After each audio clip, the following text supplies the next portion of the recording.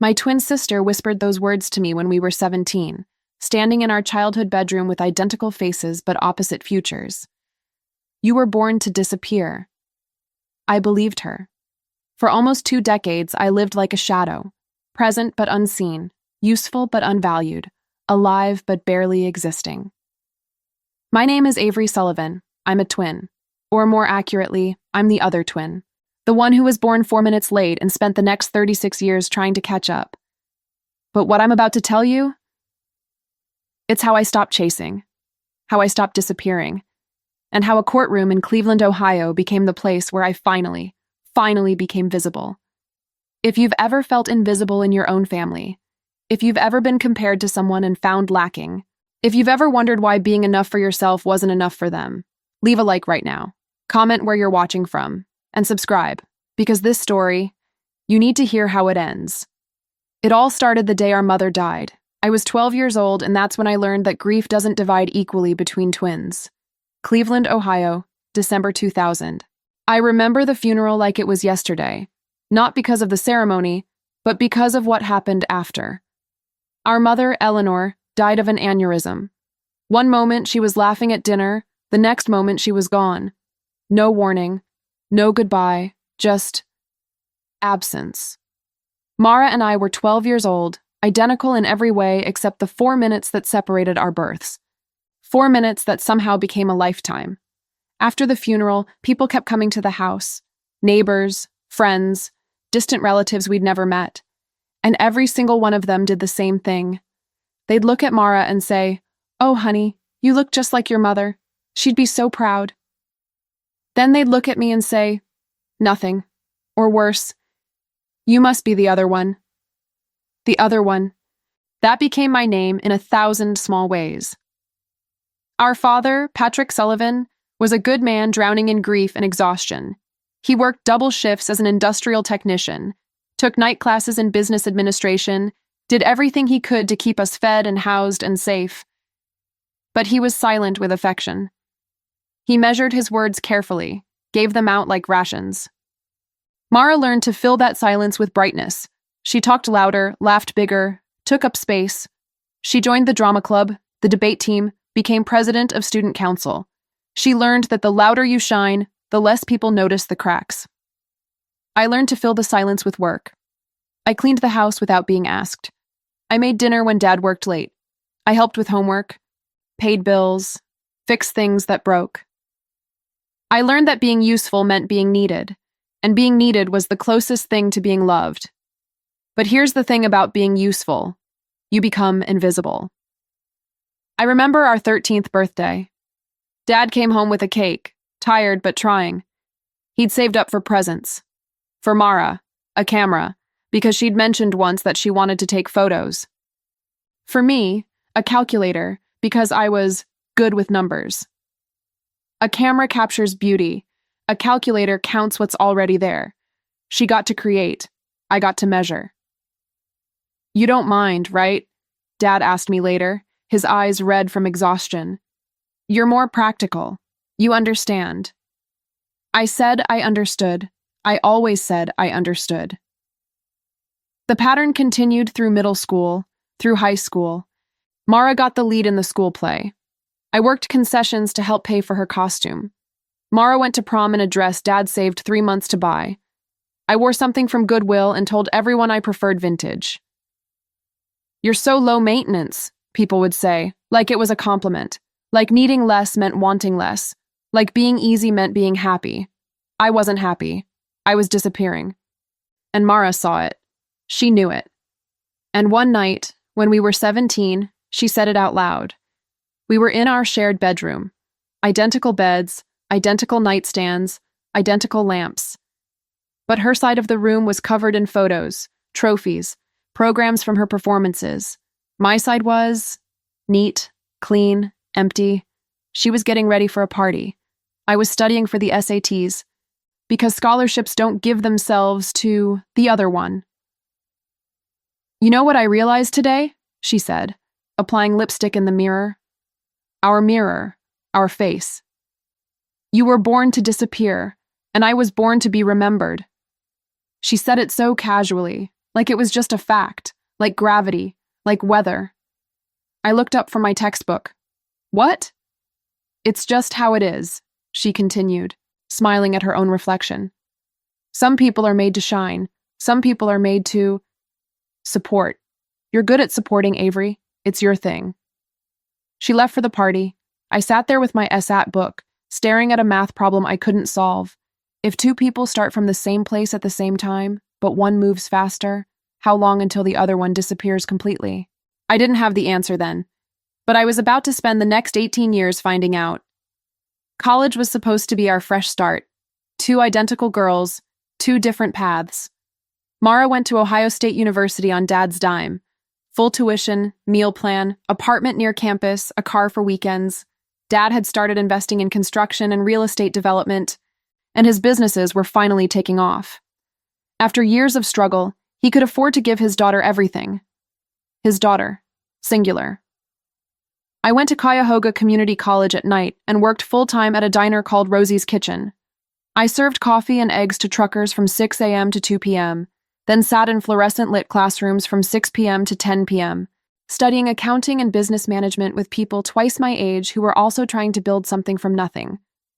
When people asked why I didn't go to a university like my sister, I said, I wanted to stay close to home, help Dad with his business.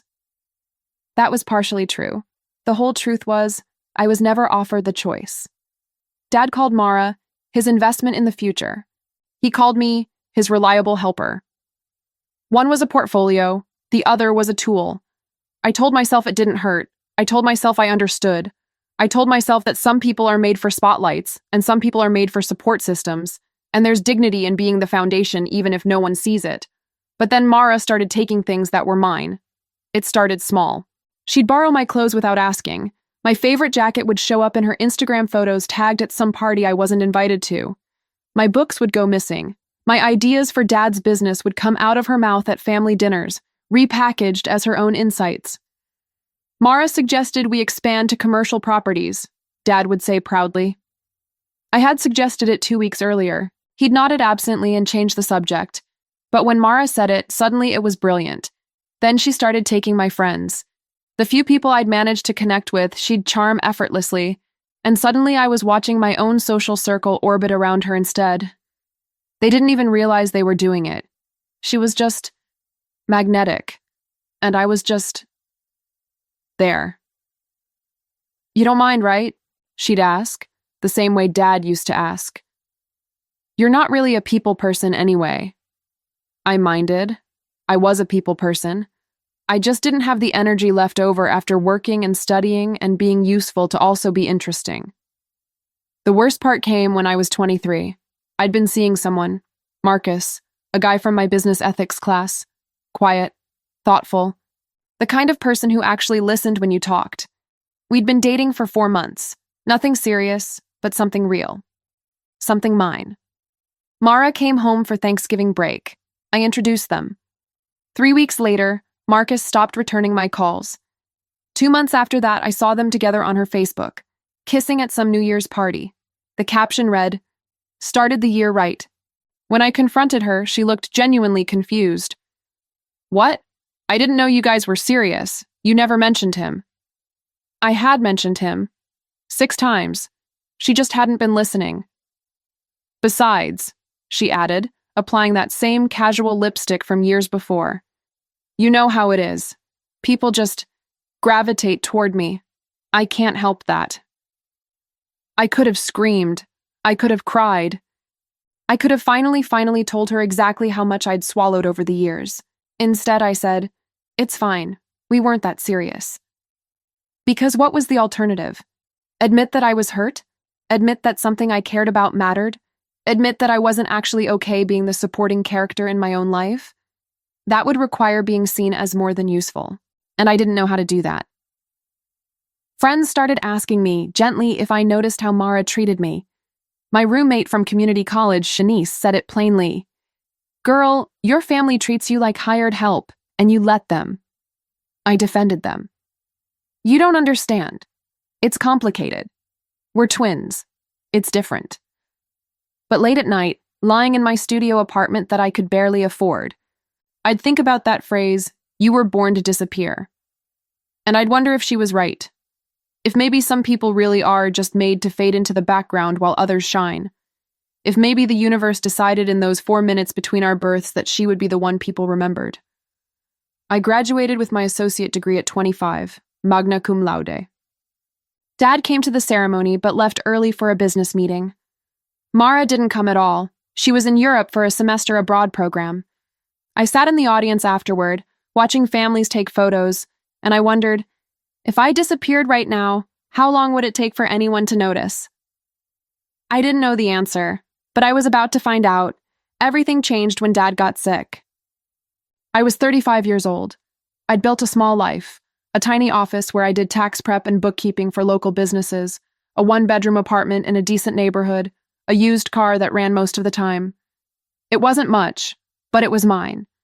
Built with my own hands, my own work, my own stubborn refusal to completely disappear. Mara was living in a condo Dad had bought her in Columbus, working as a brand consultant for companies I'd never heard of, traveling constantly for networking. Her Instagram was a highlight reel of rooftop bars and business class flights. My Instagram was. I didn't have Instagram. Then Dad called. His voice was different, smaller somehow. "Avery, can you come over? I need to talk to you about something." Bone cancer, stage 3. His doctor gave him maybe a year with aggressive treatment, maybe 2 if he was lucky. I remember sitting in that sterile office, holding Dad's hand while the oncologist used words like palliative and quality of life. I remember thinking, this is it. This is the moment where everything stops being about who shines brighter and starts being about who stays. I called Mara immediately. "Dad has cancer. We need to make a plan." "Oh my God," she said. I could hear an airport announcement in the background. I can't even... Look, I'm in San Francisco for a conference. Can we talk about this when I get back? She got back 3 weeks later, stayed for 4 days, left for New York. I stayed.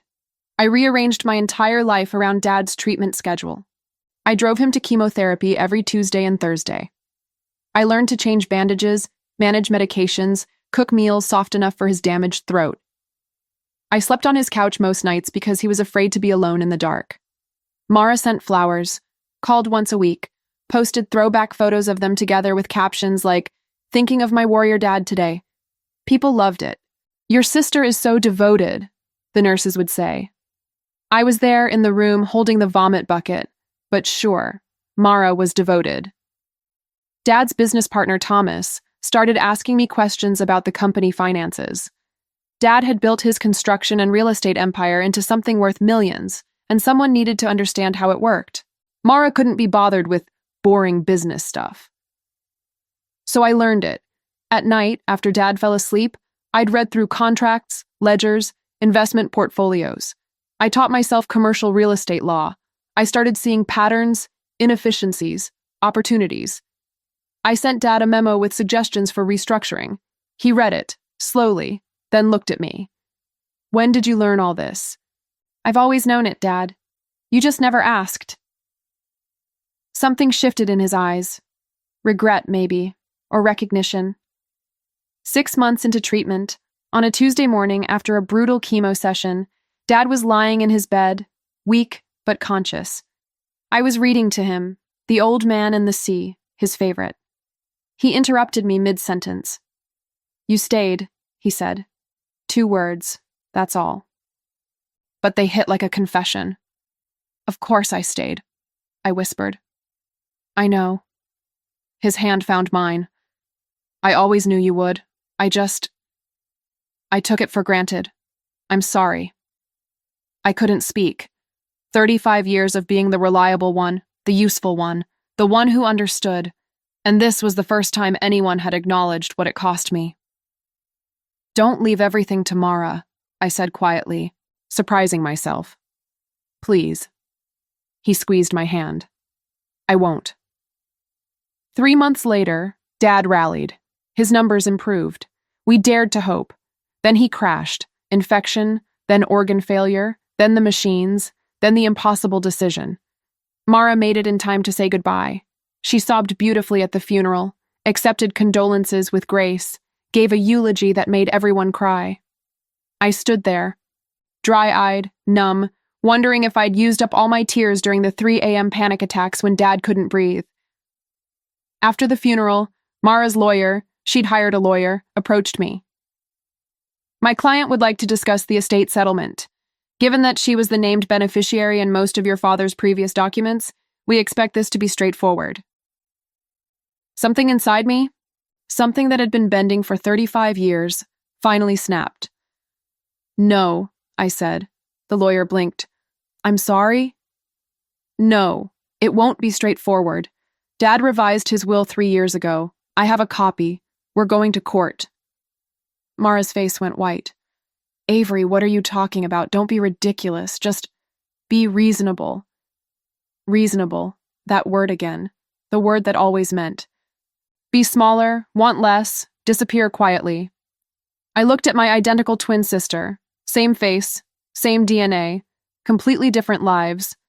And I said something I should have said 20 years ago. I was here, every single day. I earned this. And for once in my life, I'm not going to pretend I didn't. For the first time in our entire lives, Mara looked at me and saw someone who wasn't going to disappear, and she was terrified. The 6 months between Dad's death and the probate hearing were the strangest of my life. Mara launched what I can only describe as a charm offensive. Suddenly, she was calling me weekly, suggesting we work this out like sisters. She invited me to lunch at expensive restaurants I couldn't afford, places where she could be seen being generous. This is silly, she'd say, pushing a salad around her plate. We're family. We shouldn't let lawyers divide us. Just accept a reasonable settlement and we can all move on. Reasonable. There was that word again. What she didn't know was that I'd already hired my own lawyer, a sharp-eyed woman named Patricia Chen, who specialized in estate law and had a reputation for demolishing straightforward cases. Your father's revised will is airtight, Patricia told me at our first meeting. The question is whether we can prove you were the primary caregiver and business contributor. That's what will matter to the judge. I had proof. 3 years of medical appointment calendars, receipts from medications I'd purchased, text message threads showing me coordinating with doctors, nurses, Dad's business partner Thomas. But Mara had proof too, or rather, she was trying to create it. Our Aunt Helen, Dad's sister, called me one evening. Avery, I need to tell you something. Mara contacted me last week. She wanted me to testify that she was very involved in Patrick's care. She offered to compensate me for my time. My stomach dropped. What did you say? I told her to go to hell. Helen's voice was steel. Then I went through my email archives. Do you know how many times you emailed me updates about your dad's condition? 47. Do you know how many times Mara did? 0. Aunt Helen, I'm not done. I also found the emails from 3 years ago where you were helping Patrick with the business restructuring.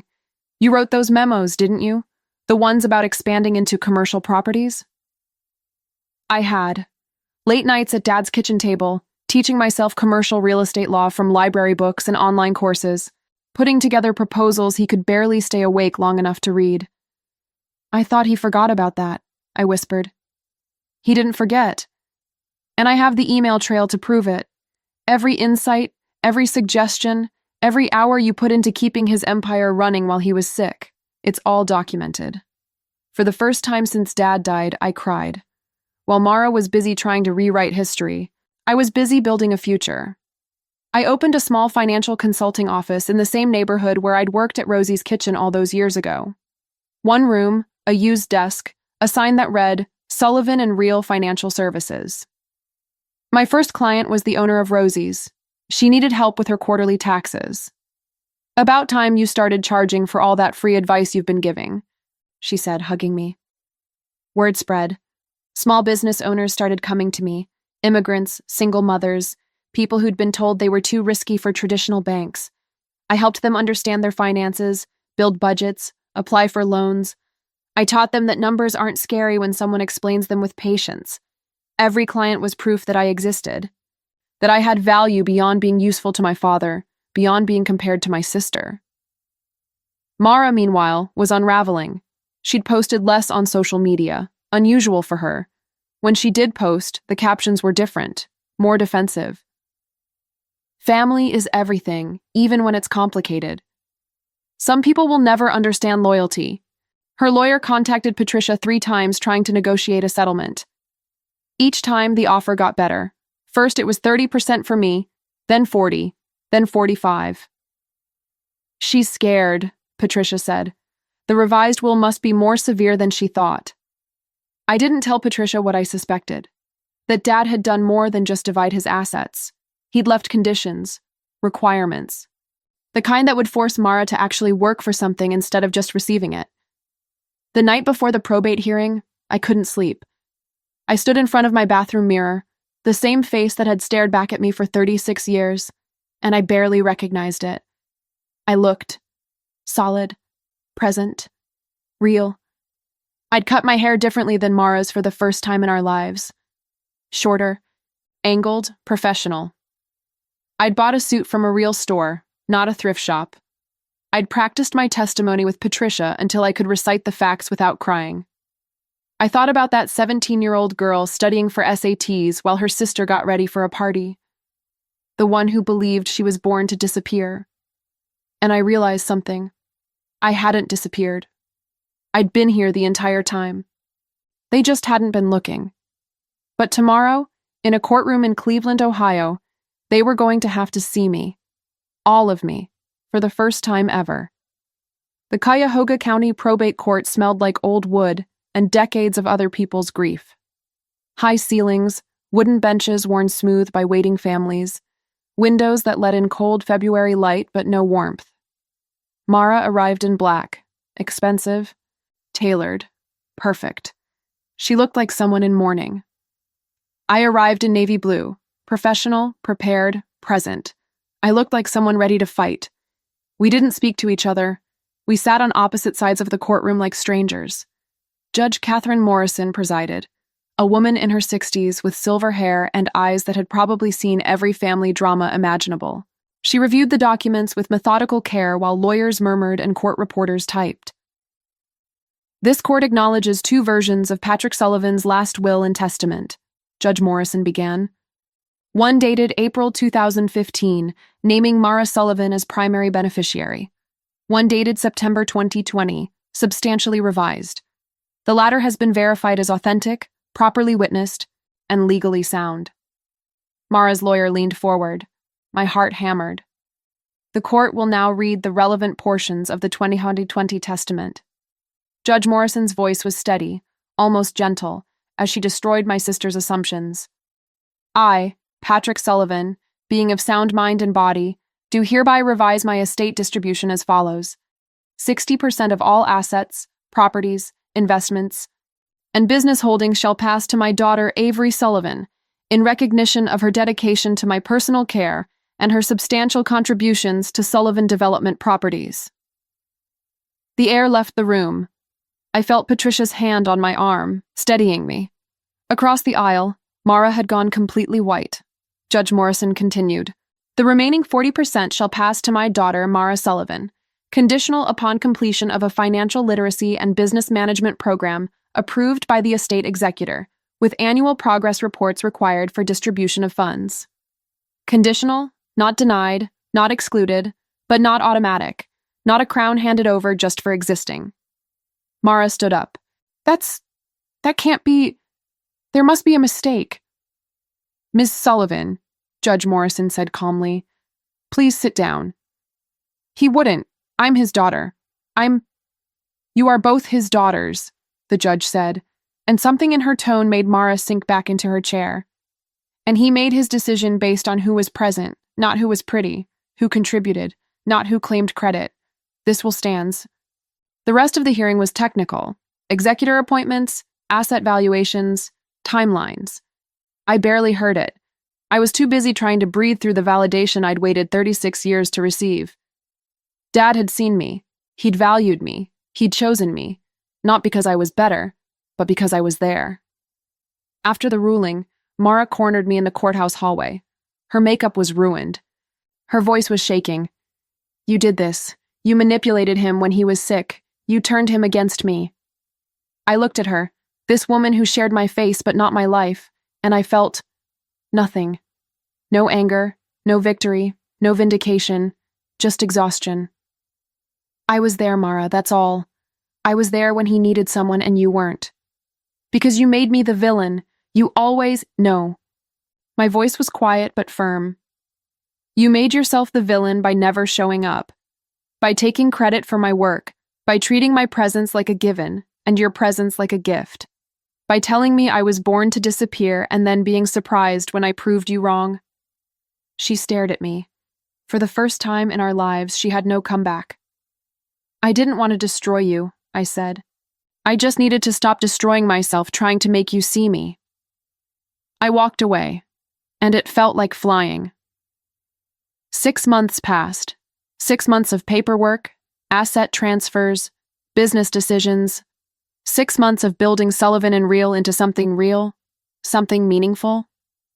I hired 2 employees, opened a second office, started teaching free financial literacy classes at the community center. And then one Tuesday afternoon, Mara walked into my office. She looked different, smaller somehow, uncertain. She was carrying a folder, the kind I recognized from Patricia's office. I need help, she said. No preamble, no charm, just truth. The financial literacy program. I've been trying to do it on my own, but I don't. I don't understand half of it. And I realized, you've been doing this stuff for years. I could have said no. I could have made her beg. I could have gotten the revenge that inferior twins are supposed to crave. Instead, I pulled out a chair. Sit down. Let's start with basic budgeting. We worked together for 2 hours. I explained compound interest, asset allocation, risk assessment. She took notes like a student. She asked questions like someone who finally understood she didn't have all the answers. At the end, she looked up at me. Why are you helping me? After everything? Because Dad didn't leave you those conditions to punish you, I said. He left them to teach you, and because... I paused, choosing my words carefully. Because you were right about one thing. You were born to shine. But Mara. So was I. We both were. And it's not a competition. Light doesn't cancel out light. It just makes the room brighter. Her eyes filled with tears. I wasted so much time making you small so I could feel big. Yes, I agreed. You did. But you don't have to keep doing it. She comes back every week now. Sometimes we work on her financial homework. Sometimes we just talk. Really talk. For the first time in our lives. She's learning to measure her worth by what she builds instead of what she takes. I'm learning that forgiveness doesn't mean forgetting, but it does mean choosing peace over perpetual war. We're not the same.